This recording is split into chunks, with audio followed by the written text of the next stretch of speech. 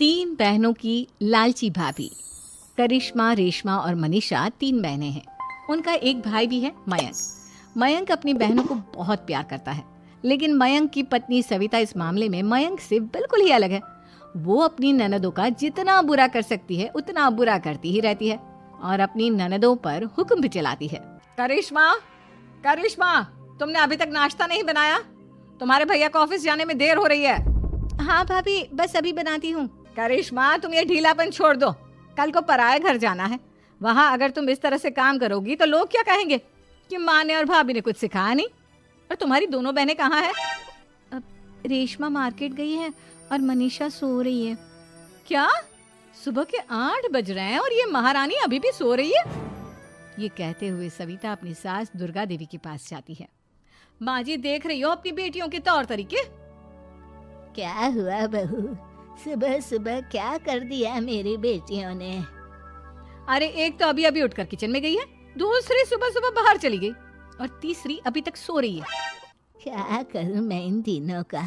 मैं तो परेशान हो गई हूँ। जा जाकर उठा उससे और रेशमा से मैं बात करती हूँ। सविता सीधा मनीषा के कमरे में जाती है और उससे कहती है, महारानी जल्दी उठो, सूरज सर पर आ गया है। भाभी थोड़ी देर और सोने दो ना, मैं रात को लेट सोई थी।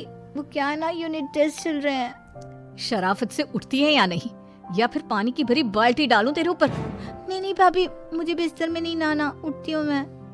मनीषा जल्दी से उठकर बाथरूम में चली जाती है। सभी आराम से बैठकर नाश्ता कर रहे होते कि तभी रेशमा बाजार से हाथ में सामान लिए आ जाती है।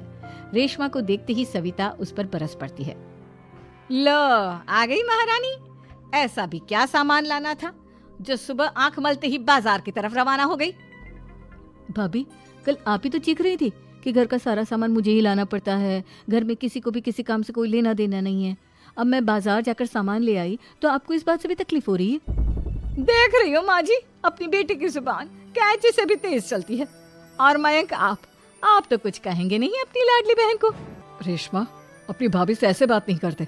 चलो माफी मांगो। भैया, मैं क्यों माफी मांगू? आप भाभी से बोलिए ना कि हम पर कम हुक्म चलाया करे। हम इस घर की बेटियां हैं और आपकी पत्नी की ननद है, नौकरानी नहीं। लो कर लो बात। इनकी भलाई के लिए कुछ भी बोलो तो इन्हें बुरा लग जाता है। इस घर में यही इज्जत है मेरी। देख लो माँ जी, आपकी बेटी किस लहजे में मुझसे बात कर रही है। सविता वहां से चली जाती है। मयंक को बहुत गुस्सा आता है, वो भी वहां से चला जाता है।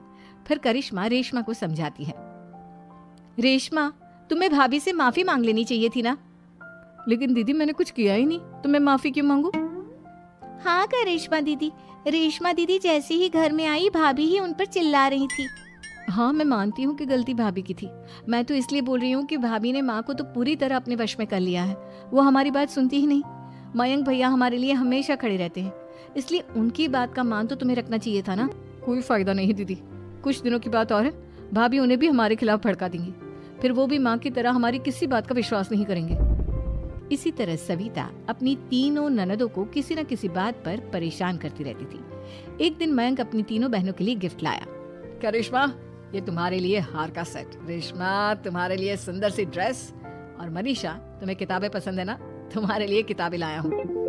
थैंक यू भैया। थैंक यू भैया। थैंक यू भैया। करिश्मा, तुम्हारा नेकलेस कितना सुंदर है, ये भैया कहाँ से ले आए होंगे? मैंने भैया को 3 दिन पहले फोन पर ये डिजाइन दिखाया था और आज भैया ये ले आए। सविता तो अपनी ननदों के गिफ्ट्स देखकर जल गई और करिश्मा का नेकलेस तो उसे भी बहुत पसंद आया था। अपनी बहनों के लिए कितना अच्छा नेकलेस लेकर आए हैं, मुझे कभी कोई गिफ्ट नहीं दिया। मैं आज ही ये हार चुरा लूंगी। रात में सविता करिश्मा का हार चुरा लेती है और इसी तरह उसे अपनी ननदों की जो भी चीज अच्छी लगती वो उसे मांगती नहीं, बल्कि रात के अंधेरे में चुरा लेती। इसी तरह दिन बीतते गए और सविता ने मयंक के दिल में भी उसकी बहनों के लिए नफरत पैदा कर दी। एक दिन मयंक ने करिश्मा और रेशमा के लिए रिश्ता देखा और ये बात उसने घर में सबको बताई। माँ, करिश्मा और रेशमा के लिए बहुत अच्छा रिश्ता आया है। वो लोग कल इन्हें देखने आ रहे हैं। आप और सविता मिलकर सारी तैयारी कर लेना। ये सुनकर करिश्मा और रेशमा खुश हो जाती हैं, लेकिन सविता सोचती है, अगर इन दोनों बहनों की शादी हो गई तो घर और बाहर का काम कौन करेगा? मनीषा तो 1 नंबर की कामचोर है, उससे तो किसी बात की उम्मीद लगाना ही बेकार है। मुझे इस शादी को रोकना होगा। अगले दिन सभी लड़के वालों के स्वागत की तैयारी करने में लगे होते हैं। तभी मयंक अपनी बहनों से आकर कहता है, तैयार हो गई तुम दोनों? देखो दोनों लड़के बहुत अच्छे हैं, मैं कोई कसर नहीं छोड़ना चाहता, इसलिए तुम उनके सामने अच्छे से बिहेव करना और अपनी भाभी से लड़ने मत लग जाना। करिश्मा, तुम वो नेकलेस पहन लो ना जो मैं तुम्हारे लिए लाया था।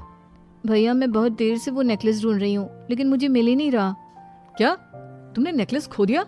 तुम्हें पता भी है वो कितना महंगा था? तुम कोई काम ढंग से नहीं कर सकती। मयंक गुस्से में वहां से चला जाता है। थोड़ी देर बाद लड़के वाले भी आ जाते हैं। वो दोनों बहनों को पसंद कर लेते हैं और रिश्ता पक्का हो जाता है। लेकिन सविता के दिमाग में तो कुछ और ही खिचड़ी पक रही थी। वो पंडित जी के पास करिश्मा की कुंडली लेकर जाती है और उन्हें पैसे देकर करिश्मा की कुंडली बदलवा देती है। जब लड़के वालों के पास करिश्मा की कुंडली जाती है तो वो दुर्गा को फोन करते हैं। बहन जी, हमने करिश्मा की कुंडली अपने पंडित जी को दिखाई थी। आपकी बेटी की कुंडली नहीं बल्कि दोषों का पिटारा है। देखिए, मैं और मेरे पति इन सब बातों में बहुत विश्वास करते हैं, इसलिए हम आपकी बेटी से अपने बेटे की शादी नहीं करा सकते। इस तरह करिश्मा का रिश्ता टूट जाता है और सभी घर वालों को बहुत दुख होता है। अब कविता सोचती है, चलो करिश्मा का तो रिश्ता टूट गया, अब रेशमा का भी रिश्ता तोड़ना है। क्या करूं क्या करूं? अब सविता आवाज बदलकर किसी अननोन नंबर से रेशमा के होने वाले ससुराल में फोन करती है। हेलो, मैं कौन हूँ कौन नहीं ये आपके लिए जानना जरूरी नहीं। बस इतना सुन लो कि रेशमा का 2 साल से किसी के साथ अफेयर चल रहा है। बस रेशमा का रिश्ता तोड़वाने के लिए सविता का इतना कहना काफी था। अब रेशमा का भी रिश्ता टूट गया। मयंक और दुर्गा देवी ने रेशमा को खूब खरी खोटी सुनाई और उससे बार बार उस लड़के के बारे में पूछने लगे। आप दोनों मुझे क्यों परेशान कर रहे हो? अरे कोई लड़का होगा मेरी लाइफ में तो मैं बताऊंगी ना। जब कोई है ही नहीं तो कहाँ से लाऊं मैं कोई लड़का? तो तेरे होने वाले ससुराल वालों को फोन किसने किया था? माँ, मैं नहीं जानती किसने फोन किया था, मैं सच कह रही हूँ। मैं तो पहले ही कह रही थी इसकी लगाम खींच कर रखो, लेकिन मेरी सुनता ही कौन है? आप चुप रहिए भाभी, ये सब आपका ही किया धरा है। अब तीनों बहनों को विश्वास हो जाता है कि ये सब उनकी भाभी ही कर रही है। तीनों बहनें अपनी भाभी को सबक सिखाने के लिए एक वकील कर लेती है और घर में हिस्सा मांगना। देखो भैया, माँ बाप की जायदाद में जितना बेटों का हक होता है उतना ही बेटियों का, इसलिए इस घर के 4 हिस्से होंगे और हमें अपना हिस्सा चाहिए। मैंने तुम्हारे लिए क्या क्या नहीं किया और तुम इस घर में हिस्सा मांग रही हो? भैया, आप और माँ हम बहनों की कोई बात नहीं सुनते हो और भाभी हमारी शादी नहीं होने देगी क्योंकि उन्हें लगता है कि आप हमारी शादी में ज्यादा पैसा लगाओगे और उन्हें हम जैसी फ्री की नौकरानी कहाँ मिलेगी। तो हम भाभी के साथ तो रह नहीं सकते, हम बहनों को अपना हिस्सा चाहिए। अरे तुम्हें शर्म आनी चाहिए अपनी भाभी पर ऐसा इल्जाम लगाते हुए। वो तुम्हारे बारे में कितना सोचती है। हाँ माँ, भाभी हमारे बारे में बहुत सोचती है। दिन रात बस यही सोचती रहती है कि किस तरह से अपनी तीनों ननदों को परेशान करूं और कभी मुझे पढ़ने भी नहीं देती। दोनों बहनों का रिश्ता भी तो इन्होंने ही तोड़वाया है और रात में हमारे कमरे में आकर हमारी चीजें भी चुराती हैं। इसी तरह सविता की तीनों ननदें अपनी बात पर अड़ी रही। अब कोर्ट में तारीख भी शुरू हो गई। जब सविता को लगा कि उसकी तीनों ननद इतनी आसानी से नहीं मानने वाली, तो उसने अपने पति और सास को सारी सच्चाई बता दी और अपनी तीनों ननद से माफी मांगी। मयंक और दुर्गा को भी अपनी गलती का एहसास हो गया। अब सविता खुद करिश्मा और रेशमा के लिए अच्छा रिश्ता ढूंढती है और उनकी शादी करवाती है।